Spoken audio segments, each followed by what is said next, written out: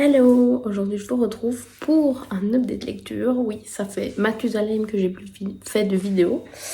Et donc j'avais envie aujourd'hui de vous présenter mes dernières lectures actuelles et mes lectures prochaines. Donc on va commencer avec le premier livre qui n'est autre qu'un tome 3 de Laura S. Wilde, Bodyguard. C'est le tome sur Sawyer. Donc dans cette saga on suit 4 bodyguards qui sont frères, dont 3 qui sont réellement frères et un qui est leur meilleur ami et leur petite sœur qui s'appelle Billy. Donc, ils font tous partie d'une société de bodyguards et chacun travaille en tant que bodyguard et ils ont tous des rôles un peu différents. Le premier tome je l'avais adoré, le deuxième tome était un peu répétitif par rapport au premier je trouvais, et celui-ci était vraiment hyper génial parce que en plus d'avoir simplement une romance, on a une enquête avec le père. Donc dans ce tome 3, on suit Sawyer. Donc Sawyer est un bodyguard qui n'est plus vraiment dans le service et dans l'action. Donc il est beaucoup coupable du fait que sa mère est tombée dans le coma à cause d'un accident de voiture et que c'était lui qui conduisait si je me souviens bien. Maintenant, actuellement, son père se retrouve à l'hôpital, je ne vais pas dire pourquoi. Et il se retrouve face à une cliente qui fait appel à ses services. Et il s'avère que c'est une cliente, c'est son ex-copine qui l'a laissé tomber du jour au lendemain et qu'il n'a plus de nouvelles. Et donc il est un peu désorienté parce qu'il ne comprend déjà pas pourquoi elle fait appel à ses services. Et encore moins pourquoi du jour au lendemain elle est partie. Donc franchement j'avais super hâte de lire ce tome et j'en suis absolument pas déçue. Il est génial du début à la fin, donc franchement je vous le conseille. Ce livre est édité chez U Roman au prix de 17 €. C'est une vraie pépite, donc pour le moment c'est mon préféré des trois. Ensuite, je vais vous parler de Palisade Park, le tome 2, donc sur ma liseuse, parce que je suis partenaire avec Fixia, qui m'envoie les SP en e-book, donc merci déjà d'avance. J'ai lu le tome 1, que j'ai beaucoup aimé. J'aurais aimé le lire plus vite, parce que je sais pas si c'était moi qui étais dans un mauvais mood ou si la lecture ne me passionnait pas. Je pense que j'étais dans un mauvais mood, donc j'ai pris du temps à le lire, ce qui a été un peu moins bien, un peu moins fructueux. Au niveau de cet tome 2, c'est un Enemies to Lovers. J'ai bien aimé la trame de l'histoire. Donc on suit June, ouais c'est bien June, qui est journaliste et qui doit faire un reportage sur les pompiers. Donc elle fait un reportage sur les pompiers de sa ville, donc avec d'équerre je pense. Nous allons voir parce que j'ai une très mauvaise mémoire pour les noms. Oui, Derek. Decker. Donc on suit June et Decker. Decker lui est pompier et il vit dans la même résidence à Palisade Park, dans la même résidence que June, mais il a un passé un peu... il saute sur tout ce qui bouge et ça June ne l'aime pas. Donc on va avoir quelques petites tensions au début, mais sincèrement j'ai vu des Enemies to Lovers plus forts que cela, donc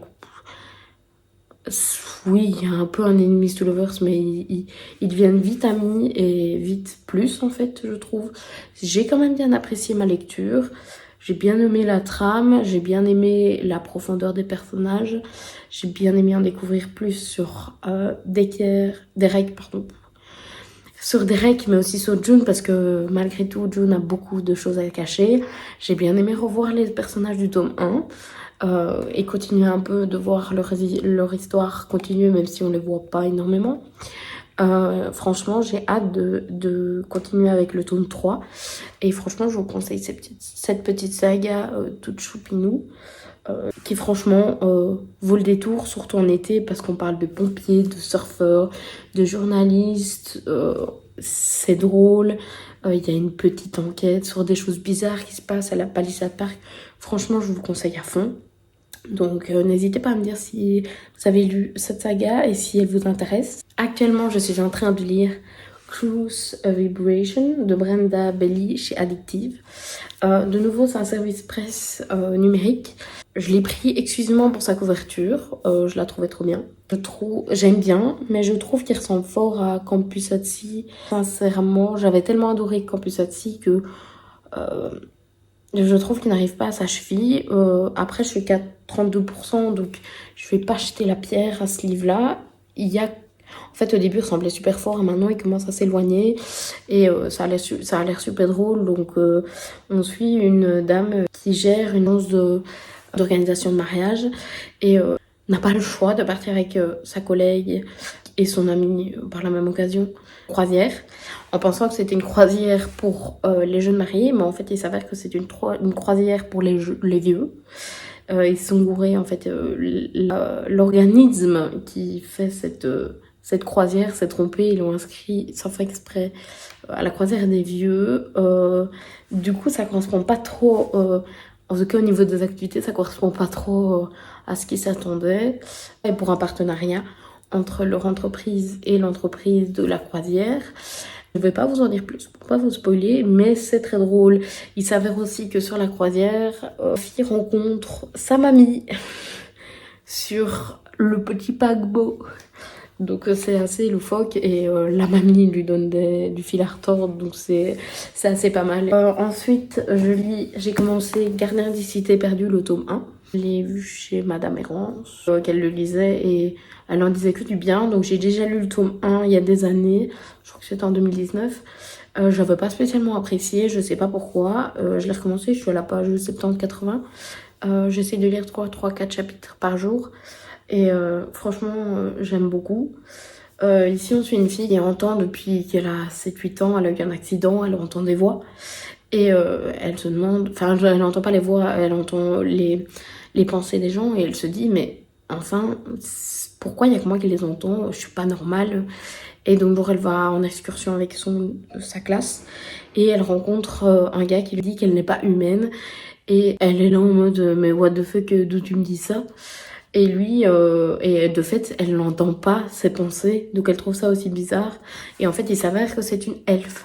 Le livre, pour le moment, il est chouette. Bon, c'est assez enfantin, mais il date déjà et franchement, il est pas mal. Il vient de la bibliothèque, c'est pour ça qu'il est aussi dégommé. Non, je prends soin de mes petits livres, je ne dis pas comme ça. Donc voilà. Donc sur ce, je vous laisse avec toutes ces petites découvertes. Dites-moi si il y en a certains que vous avez lus. Notre lecture sera L'amour pur Malte de Laurie Benero. Aussi un service presse de chez Abeille Bleue que j'ai hâte de découvrir. Je vous souhaite d'ores et déjà une bonne soirée.